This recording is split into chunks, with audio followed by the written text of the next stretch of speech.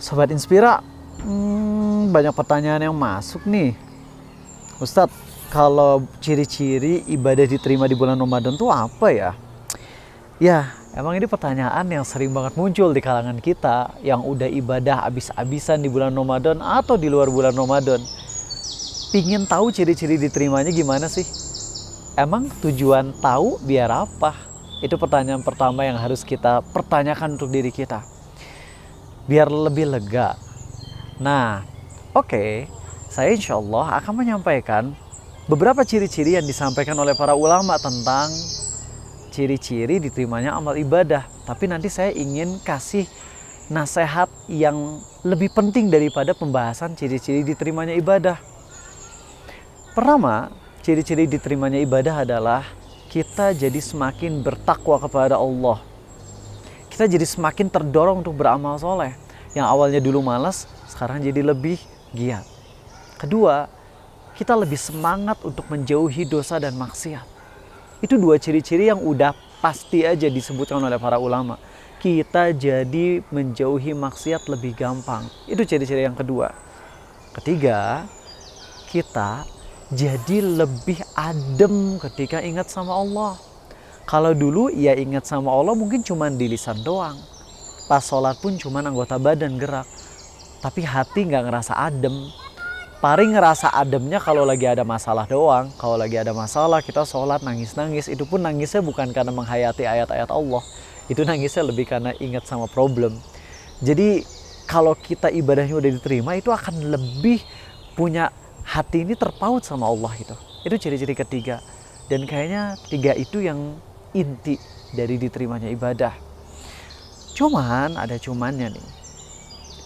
Pertanyaan tadi kembali ya, pertanyaan pertama, ngapain kita fokus untuk tahu ciri-ciri diterimanya ibadah?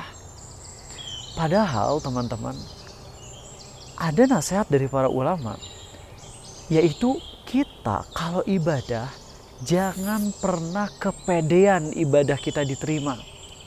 Jadi kalau kita udah beres ibadah, walaupun kita nangis-nangis, kita khusyuk banget, jangan pernah kita ngerasa ibadah kita udah pantas untuk diterima Allah. Loh, berarti jadi pesimis dong? Enggak. Kita jangan ngerasa pantas ibadahnya diterima, tapi kita juga jangan putus asa. Jadi sebagai muslim tuh harus berimbang antara khauf dan roja. Khauf itu rasa takut kepada Allah, roja itu rasa harap kepada Allah. Karena gini nih, kalau misalnya kita ngebahas ciri-ciri diterimanya ibadah, lalu kita ngerasa, wah aku udah ngedapetin semua ciri-ciri tadi nih. Nanti takutnya malah kita ngerasa, wah ibadahku diterima nih. Padahal sebagai seorang muslim, sekali lagi, jangan kepedean kalau ibadah kita diterima. Kita tuh ibadah semaksimal mungkin, tapi tetap harus ngerasa rendah di hadapan Allah. Ngerasa nggak ada apa-apanya di hadapan Allah. Karena Nabi kita SAW bersabda, andai seorang manusia itu dari mulai dilahirkan dari perut ibunya, dia mulai ngebrojol gitu, dari perut ibunya mulai lahir sampai dia mati di usia tua dalam kondisi sujud ke Allah aja. Jadi dia nggak ngapa-ngapain kecuali sujud seumur hidup, kagak makan, kagak minum gitu. Ini saya amal itu akan menghinakannya di hari kiamat. Apa maksud hadis tersebut? Hadis yang sahih di kitab Sahih Targhib wa Tarhib.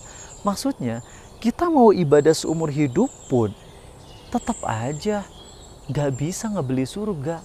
Kita mau ibadah seumur hidup pun tetap aja nggak bisa menyaingi nikmat Allah atas kita. Kita nafas nih nikmat yang luar biasa. Kalau setiap nafas kita ngucapin Alhamdulillah aja, itu nggak bisa ngebayar nafas yang Allah berikan ke kita. So, kita ibadah maksimal, kita berjuang agar ibadah kita se-perfect mungkin, tapi jangan pernah ngerasa diri itu udah pantas diterima ibadahnya.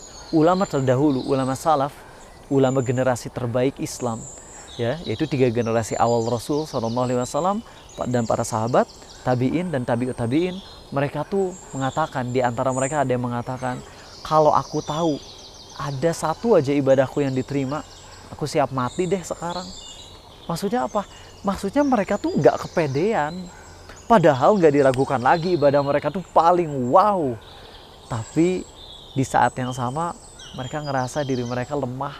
Mereka ngerasa diri mereka nggak ada apa-apanya di hadapan Allah. Dan itulah puncak ibadah. Puncak ibadah tuh ketika seseorang udah berhasil beramal soleh, tapi dia ngerasa aku kayaknya belum ada apa-apanya deh. Di situ berarti dia tawadu banget, rendah hati banget, dan kita harus jadi orang seperti itu. Jadi pembahasan tentang ciri-ciri amal ibadah kita diterima ini, jangan kemudian kita mencocok-cocokkan dengan diri kita, kemudian itu jadi bahan untuk ngejudge diri kita sendiri, wah gue udah diterima nih ibadahnya. No, ingat, ciri-ciri orang kepedesan adalah mulutnya, matanya merah, keringetan dan merah. Tapi tidak semua orang yang keringetan, mata merah, itu kepedesan. Bisa juga karena lagi demam, bisa juga karena lagi olahraga. Nah, jadi kalau kita ngebahas ciri-ciri, belum tentu itu berarti kita ibadahnya diterima. Tapi teruslah beribadah semaksimal mungkin sambil berharap Allah menerima ibadah kita, dan juga takut kalau ibadah kita nggak diterima. Jadi dengan kayak gitu balance, enak. Demikian, Assalamualaikum warahmatullahi wabarakatuh. Bulan Ramadan, bulan dimana amal soleh dilipat gandakan. Yuk, kita berusaha memperbanyak sedekah.